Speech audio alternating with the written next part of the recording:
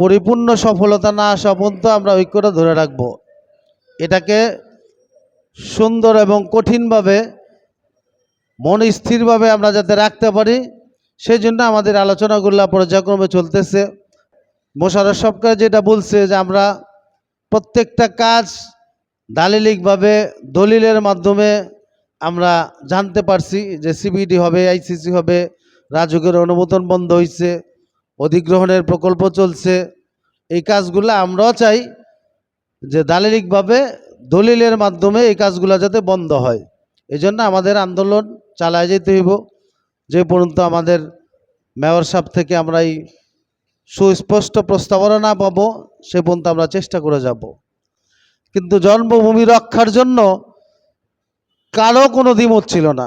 প্রত্যেকটা শ্রেণীর, অস্থায়ী স্থায়ী প্রত্যেকটা শ্রেণীর মানুষ আমাদের সম্মুখে কেউ আসতে পারছে, যারা না আসতে পারছে ওরা দোয়া করছে, যারা অর্থ দিয়ে সহযোগিতা করছে, সর্বোপরি সকল মানুষকে আমি আমার জন্মভূমি রক্ষা কমিটির পক্ষ থেকে শ্রদ্ধা করি এবং গভীর অভিনন্দন জানাই। আমাদের গত শনিবার মেয়র সাহেব ফাল্গুন কমিউনিটি সেন্টারে জাতীয় টিভির সামনে উনি একটা বক্তব্য প্রদান করেছে যে কামরাঙ্গীরচর নিয়ে কোনো পেরেশান করার কোনো প্রয়োজন নাই। মেয়র সাহেবের সাথে আমার কথা হয়েছে যে কামরাঙ্গীরচর যেভাবে আছে এইভাবে থাকবে, আর কোনো এটা দেয়া কোনো টেনশনের কিছু নাই। এটা হয়তো আপনারা শুনছেন, দেখছেন।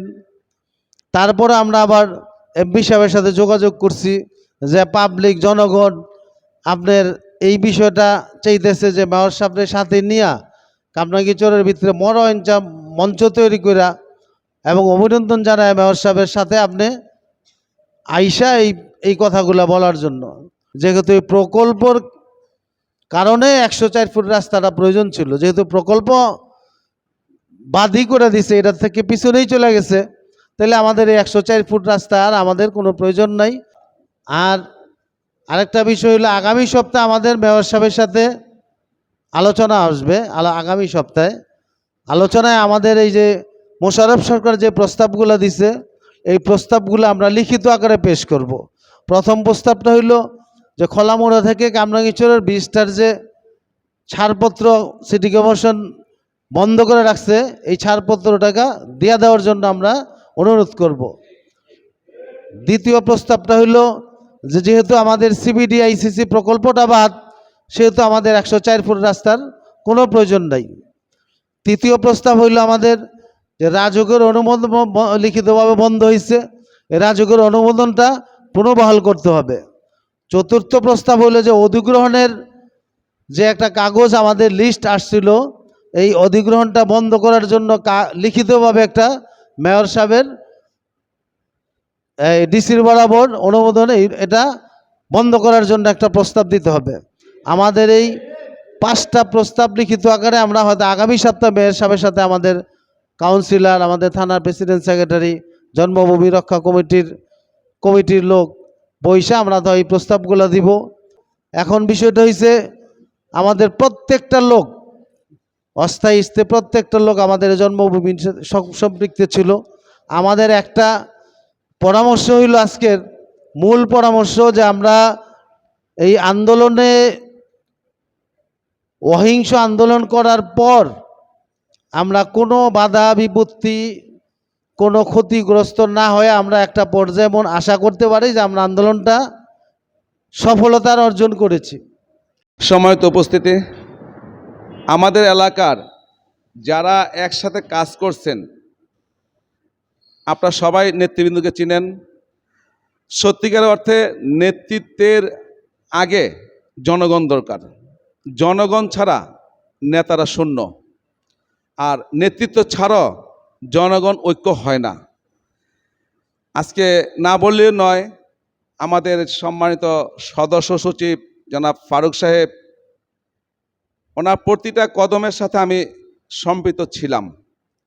এই মুসলিমবাগ টুটা থেকে কামরাঙ্গীরচর শেষ জাউচর, না জাউচর রহিম জাউচুরি বাড়ি পর্যন্ত বা ওই এলাকা মসজিদ পর্যন্ত আমাদের বিচরণ ছিল।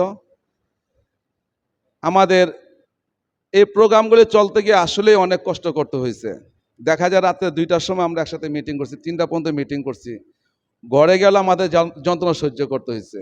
এক তো বাইরের যন্ত্রণা ছিল, কামনেচর নিয়ে যাওয়া অস্তিত্ব থাকে না, ঘরে অপেক্ষা থাকে, সন্তান অপেক্ষা থাকে, স্ত্রী অপেক্ষা থাকে, সবার বেলা এটা হয়েছে। একটা যন্ত্রণা সবাই ভোগ করছে এটা। এখন এই অভ্যাসটা শেষ হবে তখন যখন নাকি আমাদের পরিপূর্ণ ঘোষণাটা আসবে। তারা কামরাঞ্চল লোক একসাথে হওয়ার কারণে, প্রায় 15-20 হাজার লোক আমরা একসাথে হওয়ার কারণে, এই ঐক্যের কারণে আজকে আমরা এই সামনের এই ফসল পাইতে যাইতেছি। আমি মনে করি আমাদের এই ঐক্যটা আগামী দিন আমরা যতদিন বাইচা থাকি, যতদিন কামরাঞ্চল থাকে, যুগ যুগভাবে এমনিভাবে আমাদের এই ঐক্য, কোনো একটা সংগঠন ধইরা ঐক্য থাকলে আমাদের কোনো আপদ বিপদ আসলে আমরা প্রতিবাদ করতে পারবো। আমি আশাবাদী আমরা সবাই আগামী দিনগুলো একসাথে থাকার জন্য সবাইকে আহ্বান জানাই। আর আমরা সেটা যদি আমরা পরে না থাকি নাই, কিন্তু আমি সবাইকে আহ্বান করব, যতদিন পর্যন্ত আমাদের সম্মানিত মেয়র তাপস সাহেব আনুষ্ঠানিকভাবে হাজার হাজার লোকের সমাবেশে উপস্থিত হয়ে ওনাকে বলতে হবে এই কামরাঞ্চের যত প্রকল্প ছিল উনি প্রত্যাখ্যান করছেন, তবে আমরা পুরোপুরি আশ্বস্ত হব এবং নিশ্চিন্ত হব, মনে শান্তি আসবে সবারই।